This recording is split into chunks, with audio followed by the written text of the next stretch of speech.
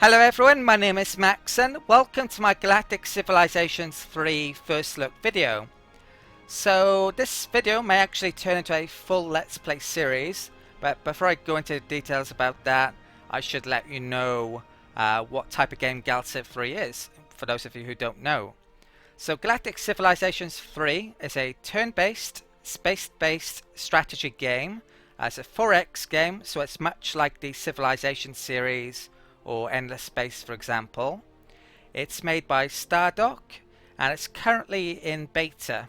This is the version of the game I'm going to be playing today is the first beta that's just come out. It's available on Steam and I believe it's $50. It may be less than that. It has been in alpha before and it cost $100 then, which is a crazy amount, but if you bought that, then it included the future expansions that are going to be released for the game. During the course of this video though, I'm going to be going into details about what's in this first beta. The first beta isn't actually feature complete, it's actually quite bare bones. There are quite a few things missing, which are going to be added in the future betas that come out between now and the game's release. So for example, you can see here these races aren't currently in the game. There are 4 races that you can choose from. The Terrans, the Drengin, the Altarians and the Iridium Corporation. They all have race traits, so small bonuses, and in fact some of them have negatives in the case of the Iridium Corporation. I think they're the only one of the first 4 races. Yeah, so in this first video I'm just going to be mentioning details about what I like about the game and what I don't like about the game and what I'm hoping that Stardock fix or add. And also I'm going to be playing a bit as well. If this does turn into a full Let's Play series though, then I'll be playing a heck of a lot more. If you want it to turn into a full Let's Play series, then you'll have to let me know in the comments. And if you like the video, there's much more chance of that happening. I'm not sure if I mentioned, but abilities aren't in the game either. Also, I should mention to do with traders. That's one of their abilities. Now, this doesn't actually work in this first beta for the reason that there is no diplomacy, so they can't actually trade with anyone since everyone's at war. So that probably makes picking the Iridium Corporation or the Terrans not such a good idea. So I've got 2 left to choose from. I think the Altarians are the faction or civilizations that I'm going to pick. The bonuses are pretty nice. Right, so let's pick them. Now for the opponents, I've added all 3 opponents and I've set their difficulty to godlike. That's the hardest difficulty in the game, but currently I don't believe much work has been done on the AI. So it's not going to be much of a challenge even if it is the hardest difficulty. This probably will add bonuses though, so there'll be their economies, for example, will probably be a lot better. For game settings, that you can't change any of that in this first beta, sadly. And likewise for victory conditions, conquest is the only victory condition in this beta, so it's always war. And galaxy options, I've left them pretty much the default option, so everything's pretty much occasional. There's a couple of things that aren't in this beta once again. I'm going to be mentioning that a heck of a lot of times in this first video, what's not in the game. Galaxy size I've set to medium, second largest, and random for the type of galaxy. So we could have any one of those 4 types of galaxies. Okay, so I guess you should start the game and show things off and get playing a bit. Okay, so it looks like the loading screen is finally about to finish. That took a while. Probably have to cut that out of the video. Okay, so this is Galactic Civilizations 3 and what it looks like on the galaxy map. So where are we? We're in the bottom left part of the map. We start with one system and a few ships and a shipyard. No idea what galaxy type this is because it was random. Right, so I guess I should start by showing you some of the screens. So let's start with the govern screen. So this is basically where you manage your global empire, or galactic empire I should say. Currently there's only actually one screen that you can see here. All the rest are coming in future betas or the finished game. I'm going to change this around a bit. I have already played a couple of short games, so I'm quite familiar with things already, and I've actually played Galactic Civilizations 1 and 2, so I'm very familiar with the game. Right, so let's put down done. What shall I look at next? Let's have a look at the diplomacy screen. Let's get this out of the way. That's it basically, no diplomacy. Always war in this beta. You get to see the nice little videos of our opponents though. Well, I'll show you the technology screen. So the first tech that I'm probably going to research is this one, get our factories and research up first of all. The tech tree is split up into 4 categories: colonization, engineering, warfare and influence. And you can get a much better view of what's going on in the tech tree by clicking here. The tech tree looks very similar to Gal Civ 2 did. I think even this picture was ripped from Galactic Civilizations 2. To be honest, it's a bit lackluster, I think, currently. All the technology tree is organized into a branch-like structure. So say for example in the warfare option, you've got your beam weapons here, your missile weapons, your kinetics, then you've got your defense down here, and they're all very much similar to that, so you know where everything is, which is good, but yeah, it doesn't look all that great, to be honest. You compare games like well, Civilization Beyond Earth, which is coming out later this year, that has a tech web system, and that looks really I can't wait to play that. Basically, it looks a lot more interesting than this does. I guess it serves a purpose, the tech tree. A lot of the techs aren't actually available in the beta. In the beta 1, no surprises there. Mainly the ones like the diplomatic ones, for example, since you can't make use of them. And yeah, that's the tech tree. Something that's new to Galactic Civilizations 3 is this down here, the technological age. You can't research parts of the tree until you've researched enough of the previous age. I'm not sure how many techs you have to research in, say, the Age of Expansion before you can research the yellow branch techs. You can see there, I think that those 2 are the Age of War, and then the red one's the Age of Ascension, and all of this should be Age of Expansion, I think. Yeah, it can cause some problems. I was playing as the Drenching before, and they couldn't actually research this. Well, actually, I think it's the same for the Altarians, actually. You can see there the yellow marker. You can't get transports until you've got enough techs to enter the Age of War. So that really slows down conquest. So I'm not sure how I feel about that. I guess I'll have to play it a bit more to find out and develop my thoughts on that. Right, so that's a tech tree. Ideology.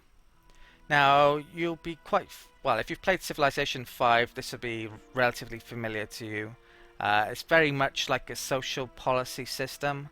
So the deeper you go into this pyramid system, you get bonuses and free stuff like constructors, for example, in a pragmatism tree. The way you get these bonuses is by settling planets. You get event choice, and you have a choice to be benevolent, pragmatic or malevolent.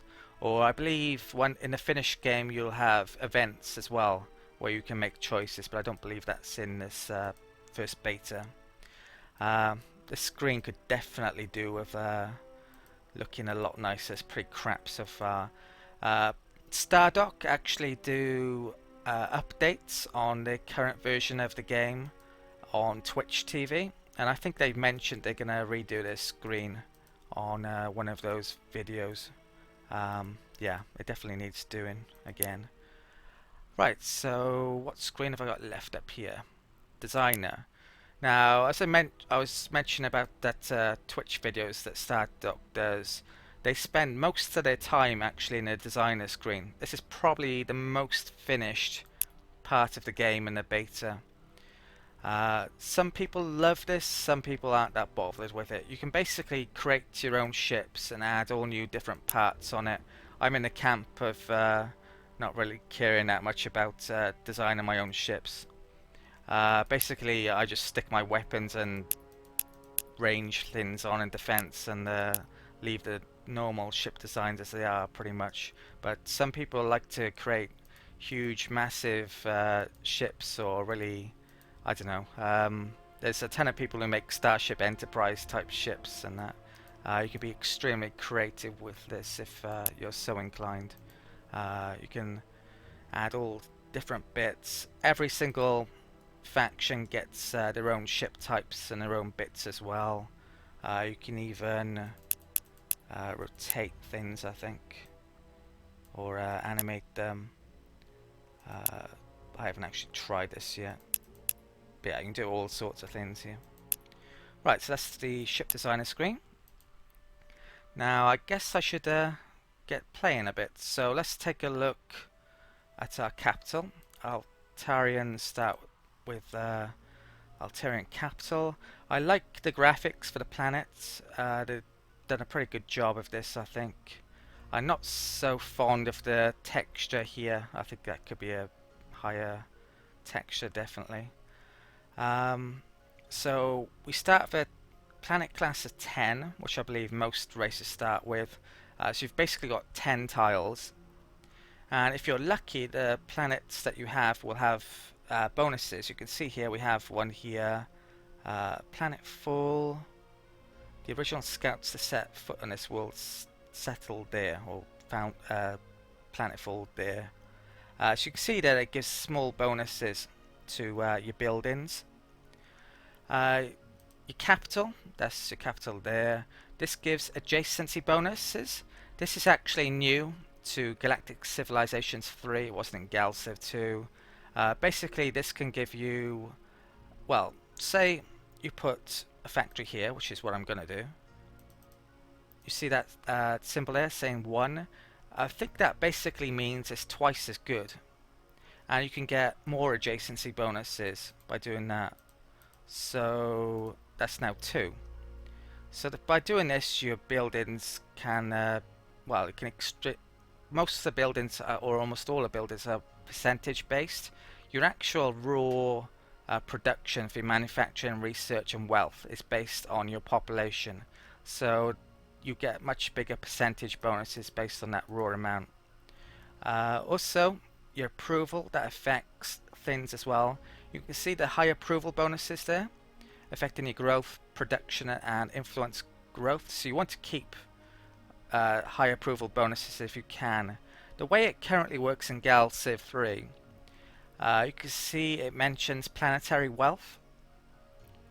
Now you actually have to be generating wealth on the planet to keep your approval high, unless you make build-ins that increase your approval or find some other way of doing it. So I think I'm going to be doing that quite a bit, having the odd bit of wealth on the go while I'm building these factories. I think I'll build 4 for now. So let's use the governor. Now I want that to be 100%, so we get the maxed out bonus. So I put that to there, and this is all the way to the left. That, if I had it all the way to the right, it would be putting manufacturing into ships, but currently I want it in buildings. Now sadly, when you complete a building, it doesn't carry the production over onto the next building, and I really hate that, because this creates a micromanagement nightmare. So you have to basically readjust your production every turn, otherwise you're wasting production. And if you're like me, who really doesn't want to waste any production whatsoever and will go to huge lengths to micromanage to not do that, then this causes quite a few issues. So I really hope that Stardock does something about this. I can't remember if it was the same way in Gal Civ 2 or not. It might have been actually. But I much prefer the model that was in Civilization 5, for example, where production on things carried over onto the next one. I believe research is the same as well. I don't think that carries over as well. And also making ships, it doesn't carry over at the moment. So you have to go into the governor and muck around with this all the time at the moment to make sure you're not wasting production. Also, it doesn't update when you change a governor. Say I put it over here. It's still saying 2 for all these at the moment, so they need to change that as well. So currently I'm going to put this on 70-30. I'm gonna try and get those done in 2 turns. So on 3, let's try 85. Okay, you can actually buy these, but it's very expensive to outright buy them. So I tend to like to buy it when it's nearly done, and then just switch my production onto something else. Right, so approvals 100, and we're getting the maximum approval bonuses. Right, so time to move our units. I should mention about the shipyard first though. This is new in Galactic Civilizations 3 as well. In Gal Civ 2 you would basically just build your ships on a planet. But now you can use this to, well, your production from your planets is sent to a shipyard, and new ships will basically come out of the shipyard in a adjoining tile. You can have a number of planets actually send in their production to the shipyard as well, which is really good. But sadly, only planets that are within 6 tiles of a shipyard can actually send their production to the shipyard. So it's quite a small range. I wouldn't mind it. Well, it'd be quite nice if Stardock increased that range maybe to 10 tiles. It might create situations where it's a bit overpowered though. You could probably get quite a few planets that way to be sending their production to it. But yeah, that's a shipyard as well. So what's this star system situation? We start with a colony ship. There is a planet I can colonize there, but I probably want to try and nab some planets somewhere else before the AI does. And also, founding new planets increases your range. This that's your range there, the outer one, the dotted lines. So where should I send my colony ship to? I have no idea, to be honest. Probably the biggest cluster where another AI is likely to be. I think I'll send it up there first of all. Now the Altarians started with speed bonuses, so this is great for us, having fast ships. So it'll be much easier to get up here quickly. The survey ship has the ability to discover anomalies, which are basically the equivalent of ruins in Civilization 5. They give you a small random event or a boost. Maybe they can give you negatives occasionally as well. I'm not 100% sure on that. But I should move this survey ship to look for anomalies and also try and look for planets that can be colonized. Not every planet can be colonized. See there, that's uninhabitable. Oh, here we go. That's an actual anomaly. So I want to get that. So move that towards it. And I've also got a scout. So that can move over to there. And I think that's end of turn. Okay, so new turn, I believe. Right, factory's about halfway done. I don't think there's a way of it saying how much production has been put into it either, which is a real pain. It says here the manufacturing cost, but I'm not sure this is all completely right or not. I mean, that says 15.4 and that says 26, and I'm not sure if it's completely right. It's quite close-ish, it's just over half. Right, anyway, let's bring this colony up here. Hopefully there's some planets I can colonize up here. Okay, so what ship next? Survey ship, let's get this anomaly. Okay, so debris field, and looks like we've got extra credits, so I can buy more stuff in the future.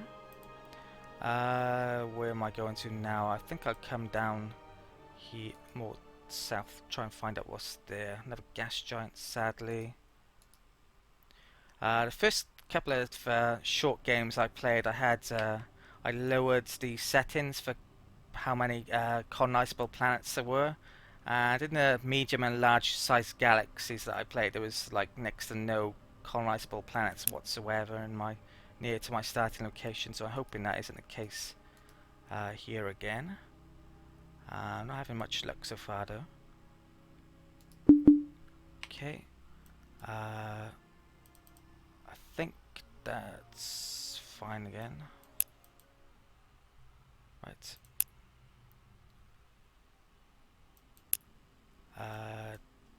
Let's try. We've got more production now, so I should probably change this a bit. Let's put on 75.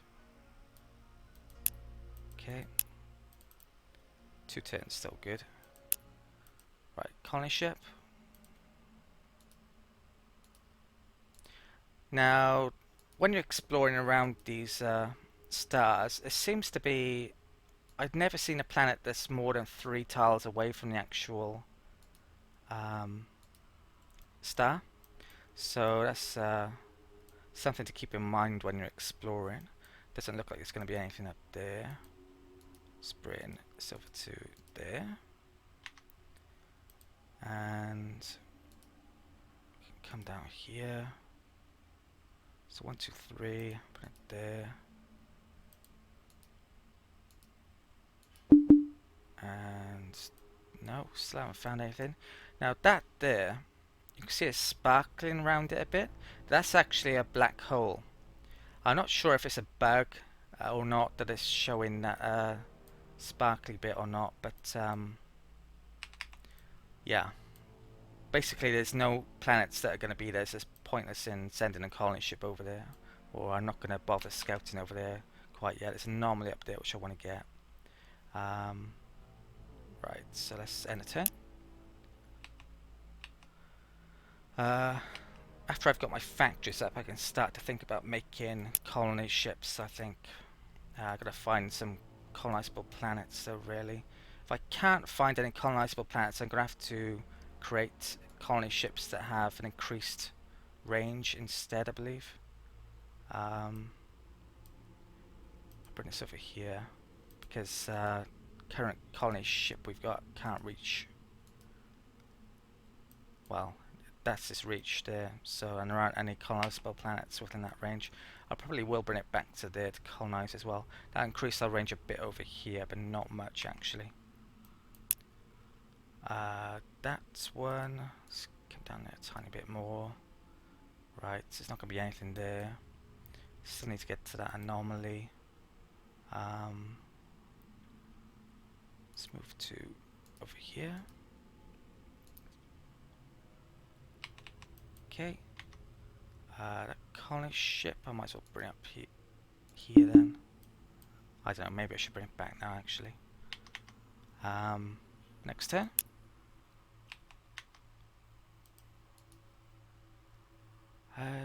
I'll explore. That's why I'm up here. There's a tiny chance it's a colonizable planet over here. I found a planet, but not a colonizable one. Okay, let's make this up here. You can actually look on the ship details as well to see what components they have. I mean, the sensor survey ship has a couple of hyperdrives, 3 sensors and a survey module.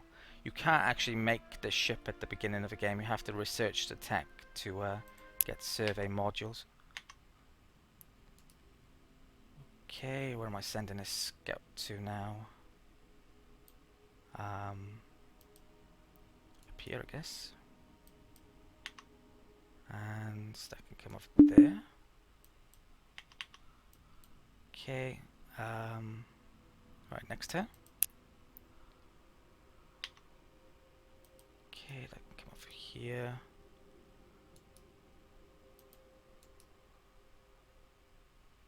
Right, it's nothing colonizable. Let's bring this colony ship back to colonize there then in a bit. Right, so that didn't work out. If I'd have found a colonizable planet, then it would have been great, and I would have extended my range and everything would have been nice, but I could have been building stuff on this planet for a while now. Sometimes it works, sometimes it doesn't. Right, so let's bring that off to here. Okay. I'll change my governor around a bit. If I can select it properly. Right, I think I'm actually going to call that an end of the video here. Okay, so I'd just like to thank you for watching. I hope you've enjoyed this video. If you have, and you'd actually like to see a full let's play of this game, then please let me know in the comments. The more likes this video gets, the higher the chance that that will happen. Apart from that, if you're new to the channel, or even old to the channel, you may want to check out my other let's plays. I've done let's plays for Civilization 5 Brave New World, as well as Europa Universalis 4. And if you're into your 4X based games, then you may like my Enter Space Disharmony let's plays as well. Right, so I think that covers just about everything. So once again, thank you for watching, and I'll see you next time.